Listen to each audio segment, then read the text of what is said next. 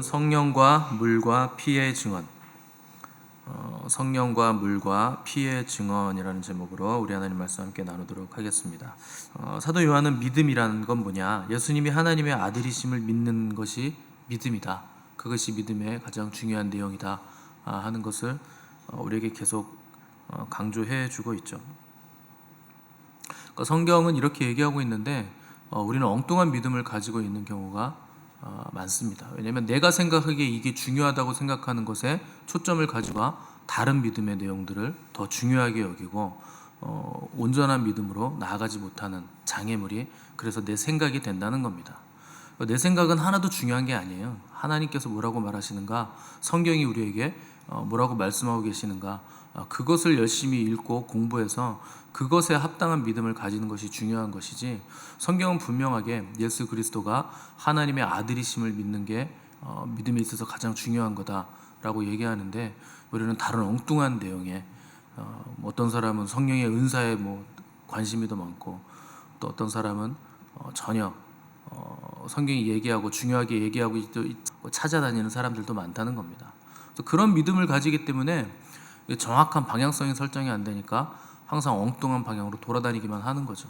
그렇게 되면 성장도 없고 시간이 지나도 성숙도 없고, 그래서 엉뚱한 믿음이 엉뚱한 결론들을 우리 안에 만들어낸다는 겁니다. 그래서 요한은 믿음이란 건 예수님이 하나님의 아들이심을 믿는 것이다. 이게 우리에게 충격적인, 실제로 다가오지 않으면 그냥 남들이 하는 말이니까 당연히 하나님의 아들이시죠, 이게 엄청난 충격으로 우리에게 다가와야 정말 놀라운 진리로구나 이렇게 생각이 돼야 그게 우리에게 믿음이 생겼다 하는 증거가 되는 겁니다. 6절에서 8절 보시면 사도 요한이 이 증거에 대해서 말하기를, 이는 물과 피로 임하신 이시니 곧 예수 그리스도시라. 물로만 아니요 물과 피로 임하셨고 증언하는 이는 성령이시니 성령은 진리니라. 증언하는 이가 셋이니 성령과 물과 피라. 또한 이 셋은 합하여 하나이니라. 이렇게 기록을 했습니다. 예수님께서 하나님의 아들이심을 증언하고 있는 증거가 3개가 있다는 것인데, 첫 번째 증거는 뭐냐? 물이라는 거죠. 물이라는 건 예수님께서 받으신 그 세례, 물 세례를 의미하는 겁니다. 그래서 예수님이 요단강에서 세례를 받으신 이 사건이 예수님의 공생의 사역 처음에 있었던 일이었죠. 근데 원래 세례라는 건 죄를 씻는다는 표현입니다. 예수님 죄가 없으신 분인데 요단강에서 세례 요한에게 세례를 받으셨죠. 왜 세례를 받으신 건가? 모든 인류의 죄를 하시기 위해서 우리 주님께서 세례 요한에게 찾아가셔서 친히 세례를 받으신 겁니다. 그러니까 세례라는 거, 우리가 죄 씻음이라는 의미를 가지고 있기 때문에 교회 다니시는 분들은 때가 되면 반드시 세례를 받으셔야 되죠. 교회 오래 다녔는데 별다른 이유도 없는데 세례를 안 받으시는 분들이 있어요. 10년 이상 다녔는데도 자기는 세례를 안 받겠다고 버티시는 분들이 있는데, 왜 그러신지는 모르겠지만 결국 그 세례 안 받음이 뭘 얘기하는 거냐면, 나는 죄가 없는 사람입니다 라고 얘기하는 겁니다. 세례는 죄를 씻는 거기 때문에 세례를 안 받겠다, 나는 죄가 없다, 또는 나는 예수 그리스도를 믿지 않겠다, 교회는 이렇게 자기가 세례를 안 받음으로 지금 외치고 있는 셈인 겁니다. 그래서 교회 어느 정도 다니시면 반드시 2-3년 안에는 세례를 받아야 됩니다. 이 땅에서 세례 받지 않으셔도 되는 분은 예수님 한 분밖에 없으셨어요. 그러니까 다 어떤 사람이 세례를 안 받을 수 없는 겁니다. 근데 우리 주님이 세례를 받으실 때 물로 세례를 받으셨는데, 그 물이 예수님의 하나님의 아들이심을 증거한다는 겁니다. 그러니까 우리 주님이 세례 받고 요단강에서 걸어 나오실 때 하늘이 열리죠. 그러면서 성령님이 비둘기같이 예수님 머리에 임하시고 볼 수 있게 임했다는 겁니다. 그렇게 임하시고 그 열린 하늘에서 소리가 났는데, 이는 내 사랑하는 아들이요 내 기뻐하는. 예수님이 세례를 받으심으로 인해서 그 물 세례 때문에 그분이 하나님의 아들이심을 증명해 주셨다는 겁니다. 성령님도 그곳에 임하시고 성자 하나님도 거기에 계시고 성부 하나님도 거기서 하늘문을 여시고 직접 목소리를 내시면서 내 사랑하는 아들이다, 내가 기뻐하는 자다, 이렇게 인준해 주시는, 마치 그 장엄한 대관식과도 같은 역사가 공생의 시작점에 있었는데, 그것이 물 세례를 받을 때 그런 일이 있었다. 삼위일체 하나님이 총동원되셔서 이것을 증거하셨다 하는 것을 사도 요한은 첫 번째 증거로서, 우리 주님은 그래서 하나님의 아들이시다. 왜냐하면 자기는 거기서 봤거든요, 그 장면을. 본 거를 증거하는 것이 중요한 거잖아요. 여러분, 법정에서 누가 증인이라고 나왔는데 막 증언을 했어요. 그래서 판사가 물어보길, 그래서 그거를 언제 봤다는 겁니까? 그랬더니 아니, 제가 보진 않았어요. 이러면 그게 효력이 있습니까? 증인으로서? 그건 아니에요. 사도 요한이 이걸 강력하게 지금 증거로서 제시하고 있는 이유는 요한은 그 자리에서 그걸 봤기 때문입니다. 그래서 성경에서도 보면, 율법에서도 증인은 2명 아니면 3사람이 반드시 필요하죠. 그러니까 요한은 자기가 그걸 봤다는 거예요. 근데 자기가 봤을 때 나도 증인이지만 그 이전에 하나님, 삼위일체 하나님이 전부 다 이걸 증언하고 계신다는 겁니다. 그 자리에 삼위일체 하나님이 다 총동원되셨기 때문에, 그래서 그분이 누구신가 하는 것을 하나님이 인준하시기를, 이는 내 사랑하는 아들이다, 하나님의 아들이시다, 내가 기뻐하는 자다 하는 것을 거기서 선포를 하셨다는 겁니다.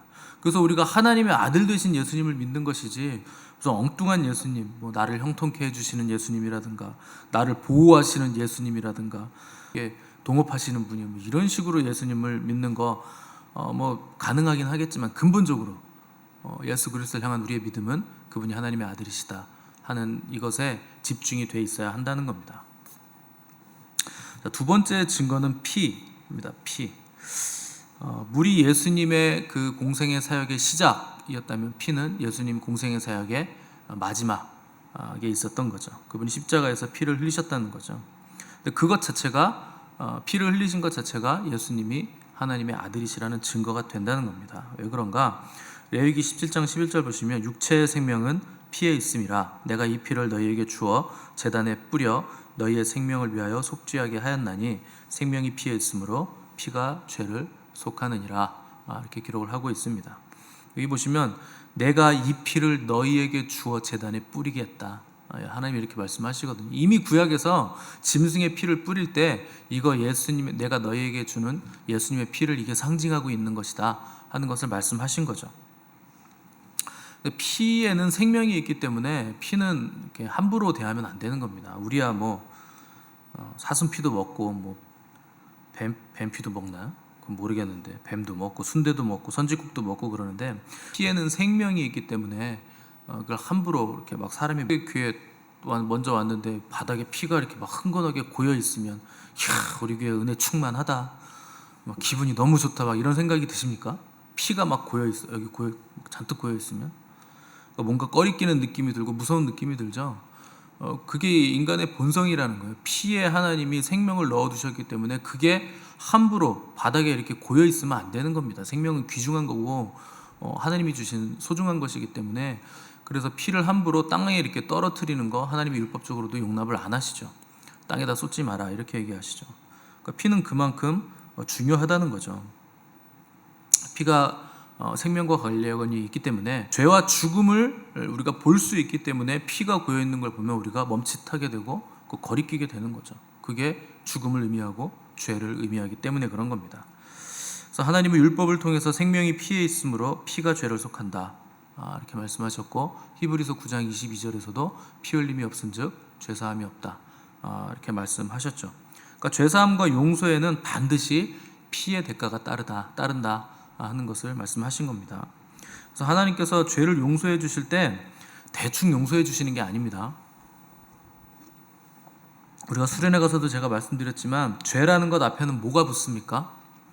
죽을 수밖에 없는 이라는 수식어가 붙는 거예요. 멈춰도 그건 죄고, 사람을 죽여도 죄예요. 다 그 죄는 죽을 수밖에 없는 죄입니다. 그 죄의 삭은 사망인 거예요. 죄의 경중이 없는 거예요. 죄는 무조건 다 사망입니다. 그래서 피의 대가가 따르기 때문에 하나님께서 죄를 용서해 주실 때, 아유 그래, 네가 회개하니까 내가 그 정도 죄는 그냥 눈 딱 감고 없던 일로 해줄게, 용서하마, 이렇게 용서해 주시지 않는다는 거예요. 그분은 반드시 그 죄에 대해서 피의 대가를 찾습니다. 하나님 정하신 거예요. 그래서 그 피의 대가를 누구에게 찾는가? 예수 그리스도의 피로 하나님께서 그 대가를 받으시겠다는 거예요. 그러니까 보통의 귀한 피를 우리에게 흘려주신 게 아닙니다. 예수 그리스도의 피를 흘려서 우리의 모든 죄를 사해 주신다는 거, 이거 뭐 고만고만한 일을 하신 게 아니라는 거죠. 그냥 죽음도 아니고 가장 처참한 십자가 처형에 처하게 하시고, 또 수치와 고통과 또 한 번도 끊어짐이 없었던 하나님과 성부 하나님과 성자 예수님의 그 관계가 끊어지기까지 십자가에서 완전히 저주받게 하실 정도로 하나님은 굉장한 대가를 치러주심으로 우리 죄를 사해 주셨다는 겁니다. 우리가 이걸 기억해야 된다는 거죠. 여러분, 죄를 왜 쉽게 짓습니까? 왜 아무렇지도 않게 짓습니까? 예수님이 흘리신 피가 뭔지, 하나님이 어떤 대가를 우리에게 치르셨는지에 대한 감각이 없어서 그래요. 그거에 대한 인지가 안 되니까 용서해 주신대, 그냥 이런 식으로 생각하고 죄를 막 짓는 거예요. 그게 얼마나 귀중한 피인지, 하나님께서 얼마나 이 구속의 은혜를 주시기 위해서 삼일째 하나님이 어떤 일을 하시고 얼마나 허리가 휘셨는지, 얼마나 고통스러우셨는지, 우리가 죄를 지을 때마다 하나님께서 예수 그리스도의 보혈의 피의 대가를 받으시면서 자기 아들의 죽음을 얼마나 더 많이 생각하시는지를 우린 모른다는 거죠.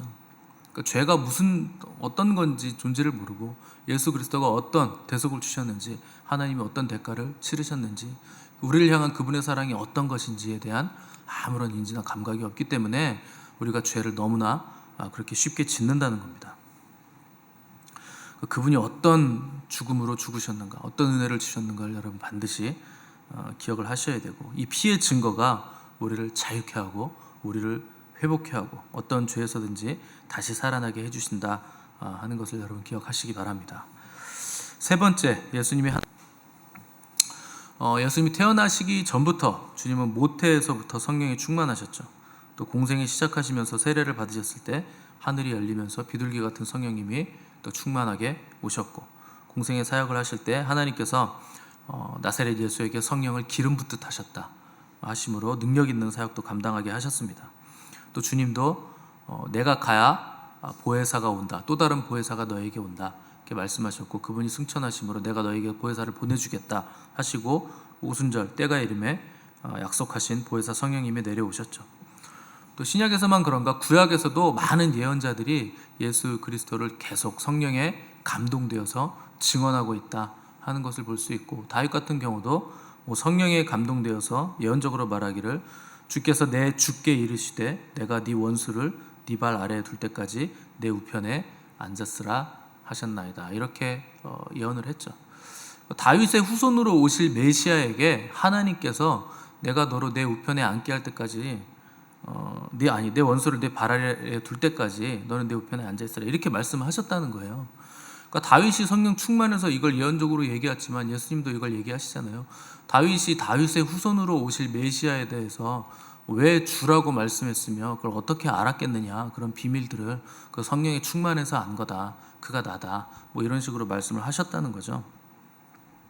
그러니까 구약의 성령님의 역사와 그 성령님을 통한 예언자들의 그 예언들, 또 주님의 성령 충만하심, 이 성령님이 예수님이 하나님의 아들이시라 하는 것을 증명하시고 증거하시는 분이시라 하는 것을 요한이 말해주고 있는 겁니다.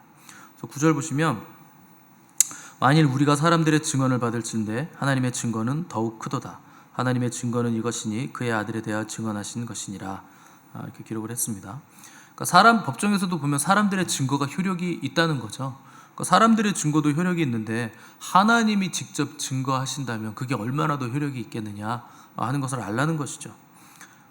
그래서 이런 내용들과 성경 전체 기록들을 토대로 보면 예수님이 하나님의 아들이시라 하는 증거는 차고 넘친다는 겁니다. 당시에 살았던 유대인들 뿐만 아니라 또 그분이 예언대로 오셨고 또 기록된 대로 죽으시고 살아나셨고 하늘에 오르시는 것을 직접 눈으로 본 사람들도 수백 명이 넘고, 그 사건이 일어난 지 2000년이 지났지만 만약에 이게 정말 거짓이었다면 거짓임을 증명할 수 있는 충분한 시간이 흐른 건 아니냐는 거죠. 이미 2000년이 넘게 시간이 흘렀습니다. 여러분, 어떤 게 정말 거짓이라면 2000년은 고사하고 2년, 20년만 지나도 그거는 거짓으로 판명되고 잊혀지기 마련이거든요. 그게 뭐 당연한 단어 자체도 소멸되게 돼 있어요. 존재하지 않기 때문에. 근데 그 단어가 있고 말이 있고 계속적으로 전승되어 내려올 뿐만 아니라 전 세계를 뒤집을 교회가 계속해서 넓어지고 많아지고 흥왕해진다. 하나님의 말씀이 더욱더 세계로 뻗어나간다. 땅끝까지 뻗어나간다. 그 말씀을 믿었더니 내 삶 속에서 어떤 역사가 일어나더라. 그리고 그 말씀에 어떤 열매가 맺어지더라. 이런 것들이 계속적으로 체험적으로 일어난다는 것은 그것이 살아있다는 증거이고 그것이 진리라는 증거가 된다는 겁니다. 정말 거짓이라면 2000년이 넘도록 그 거짓임을 증명할 충분한 시간이 있었다는 거죠. 그런데 그분에 관한 증언들은 우리 세대까지 지금도 전해져 내려오고 있고 그 전할 때마다 새로운 역사가 일어나고 그 역사를 일으킨 사람들이 또 그것을 전하고 하는 일들이 계속 일어나고 있다는 것 자체가 이 우리가 붙잡고 있는 진리가 누구도 반박할 수 없는 진리이고 이것이 살아있는 하나님의 말씀이라 하는 것을 증명한다는 겁니다. 교회가 왜 승리하는가? 이 진리라는 토대 위에 세워져 있기 때문에 교회는 승리하는 것이죠. 그래서 역사적으로 수많은 사람들이 교회를 없애려고 그랬어요. 그 정도 노력했으면 없어졌어야죠. 얼마나 많은 공산주의자들, 사회주의자들이 교회를 없애기 위해서 혈안이 돼가지고 엄청난 핍박을 가했는지 상상도 못할 정도입니다. 그런데도 교회는 박해를 받을수록 더 거세게 일어나고 더 강한 체질로 변화되면서 오늘날까지 계속 내려왔다는 겁니다. 또 예수님 스스로도 나와 아버지는 하나다 이렇게 말씀하셨고 또 아버지께서 창세전부터 나를 사랑하신다고 고백하시며 기도하시기도 하셨습니다. 그러니까 성경만 보더라도 그 성경을 읽은 사람들, 말씀화된 사람들만 보더라도 이게 얼마나 능력 있고 살아있고 진리의 말씀인가 하는 것이죠. 그러니까 누구도 반박할 수 없다는 겁니다. 만약 예수님이 하나님의 아들이시라는 증거가 불충분하다면 우리의 신앙은 진짜 의미 없는 신앙이 되겠죠. 그리고 우리가 세상에서 아마 가장 불쌍한 사람들일 겁니다. 그런데 온 세상에 이 증거가 차고 넘친다는 거예요. 이 진리를 만난 사람들이 너무도 많다는 겁니다. 그 진리를 만났더니 내가 하나님을 만났고 그분의 음성도 들었고 나의 삶이 변화됐고 그리고 하나님이 살아계심이 실제가 되면서 그분과의 그 만남과 그 관계가 가장 귀한 것이 되었다 하는 증언들은 온 세계에 넘쳐납니다. 만약 그걸 들어본 적이 없고 체험한 적이 없다면 나만 모르고 있는 거예요. 교회 안에 앉아 있는데 10절 보시면 하나님의 아들을 믿는 자는 자기 안에 증거가 있다 이렇게 기록하고 있죠. 가장 강력한 증거가 바로 이것입니다. 우리 안에 성령님이 계신다. 이게 가장 강력한 증거죠. 그래서 하나님의 아들 예수 그리스도께서 우리에게 약속하시기를 내가 세상 끝날까지 너희와 항상 함께 있겠다 이렇게 약속하셨어요. 하나님의 약속은 변함이 없는 겁니다. 그 약속을 어떻게 지키시는가? 우리에게 오신 성령으로 말미암아 예수 그리스도께서 우리와 영원히 함께 계신다 하는 것이고 그분이 우리와 영원히 함께 하신다는 것은 우리에게 오신 성령님은 영원히 떠나지 않으신다 하는 뜻입니다. 내가 의도적으로 죄를 짓고 하나님 배반하지만 않으면 절대 떠나지 않으신다는 거예요. 넘어질 수 있고 연약해서 쓰러질 수는 있겠지만 그때마다 성령님은 말할 수 없는 탄식으로 우리를 도우시고 위에서 기도하시고 우리가 빌바를 알지 못할 때 우리를 위해서 기도해 주신다는 겁니다. 그래서 그분을 통해서 성령님을 통해서 예수 그리스도께서 오늘도 우리 안에 살아계시고 우리의 몸을 통해서 다시 한번 그분의 삶을 살아가고 계신다 하는 것이죠. 그래서 예수 그리스도께서 내 안에 살아계시고 그분이 나를 살아가게 하는 원동력이 되지 않는 사람은 예수 그리스도를 모르는 사람인 거예요. 하나님의 아들을 믿지 않기 때문에 그분으로 인해서 살지 않는 겁니다. 분명하게 하나님은 독생자를 보내셔서 구원받을 수 있는 길을, 그 믿음의 길을 열어주셨는데 사람이 자기가 거부하고 스스로 믿지 않는다는 거죠. 그거 하나님을 거짓말하는 자로 만든다는 거죠. 오늘 사도 요한은 그 얘기를 하는 겁니다. 귀신들도 예수님을 보면 지극히 높으신 하나님의 아들 예수여 이렇게 고백을 했는데 어떻게 세상에는 귀신만도 못한 사람들이 이렇게 많을 수가 있는가 하는 것이죠. 모든 인류들은 질문을 가지고 있습니다. 도대체 인간이란 뭔가? 세계는 뭔가? 세상은 뭔가? 우주는 누가 어떻게 기원을 했고 세계는 어떻게 기원을 했고 인간은 어디서부터 와서 어디로 가는가? 인생의 목적은 뭔가? 사람은 왜 존재하는가?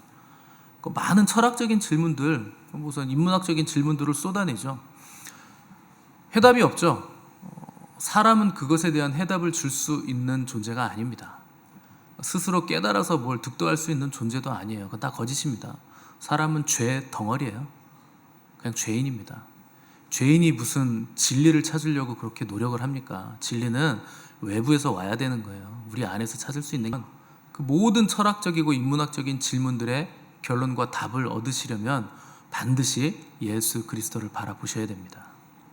그것 아니면 답이 없어요. 그분이 만드신 세상인데요. 그분이 우리를 있게 하셨는데 뭐 다른 데서 답을 찾습니까? 다 오답이에요. 다 빵점입니다. 근사하게 얘기를 하고 철학적인 언변을 다 대가면서 얘기를 해도 사도 바울의 표현처럼 다 배설물이에요. 개똥이에요. 그래서 제가 새벽에 예배 끝나고 집에 가는 길에 개똥이 너무 많아가지고 스트레스를 받고 있는데, 개를 키우면 왜 개똥을 치우셔야지 안 치우나 그런 생각을 하면서 걸어가고 있는데, 그러면서 또 한편으로 드는 생각이 있죠. 저게 다 내 생각이구나. 온 세상이 개똥천지예요, 여러분. 인간의 생각, 인간의 사고, 인간의 그럴듯한 무슨 철학, 온 세상이 다 개똥이에요. 여러분, 그런 거 붙잡으면 망합니다. 예수 그리스도 바라보셔야 돼요. 그분만이 모든 질문의 해답이에요. 어려운 시국을 타개해 나갈 수 있는 길, 예수 그리스도를 바라보는 겁니다. 어두워진 세상을 밝힐 수 있는 길, 교회가 다른 것 바라보지 않고 예수 그리스도만 바라보는 겁니다. 불치병에 걸려서 죽게 된 사람이 있다면 유일한 해답, 우리 주 예수 그리스도를 바라보시는 거예요. 지금도 열심히 바라보고 있는데 목사님 맨날 뭘 그렇게 또 열심히 바라보라고 하세요? 생각하시는 분도 계실 수 있겠지만 성경은 뭐라고 얘기합니까? 그럴수록 더욱 예수 그리스도를 바라보라. 더욱 그리스도를 바라보라. 그래서 성령과 물과 피로 하나님의 아들 예수 그리스도를 성경이 증언하면서, 하나님이 증언해 주시면서 너희들 그러니 더욱 그분을 바라봐라, 이렇게 봐도 될 것 같겠지만 은혜를 받으면 받을수록 예수 그리스도의 필요성은 더욱더 간절해지게 되어 있습니다. 깊어지면 깊어질수록 더욱 그분을 사모하게 되어 있고 더욱 그분 앞에 나아가게 되어 있습니다. 은혜 많이 받았는데, 은사가 뛰어난데, 막 깊어졌다고 하는데, 이제 성장했다고 하는데 예수 그리스도를 바라보지 않는다, 심각한 병에 걸린 겁니다. 그럴 리가 없거든요. 정말 은혜가 은혜였다면, 정말 제대로 깊어졌다면 우리의 시선은 예수 그리스도에게 고정될 수밖에 없고, 성장해 갈수록 더욱더 그분께 고정되어지고 그분이 우리 삶의 중심이 되어질 수밖에 없다는 겁니다. 여러분, 그것을 체험하셔야 됩니다. 다른 어떤 신기한 것 체험하시기 이전에 내가 정말 갈수록 예수 그리스도가 간절해지는구나, 갈수록 그분을 더 사랑하게 되는구나, 그분 아니면 내가 안 되는 것을 더욱더 절감할 수밖에 없다는 것을 체험하셔야 여러분 올바른 길을 가고 있는 겁니다. 다른 것들은 다 격가지예요. 예수 그리스도가 중심입니다. 영혼은 썩은 고목나무 같은 거예요. 변하지 않으면 진짜가 아니고 살아있는 것도 아닙니다. 여러분, 여태까지 변화가 없으셨다면 오늘부터 다시 시작하시면 돼요. 다시 예수님을 믿으시고 다시 예수 그리스도를 바라보시고 다시 예수님을 하나님의 아들이시라 고백하시고 다시 예수님을 나의 구세주로 영접하시는 은혜가 있기를 바랍니다. 그래서 그분으로부터 오는 생명력을 느끼시고 그 생명을 호흡하시고 그 생명으로 살아가시는 저 여러분 되시기를 간절히 바랍니다. 기도하겠습니다.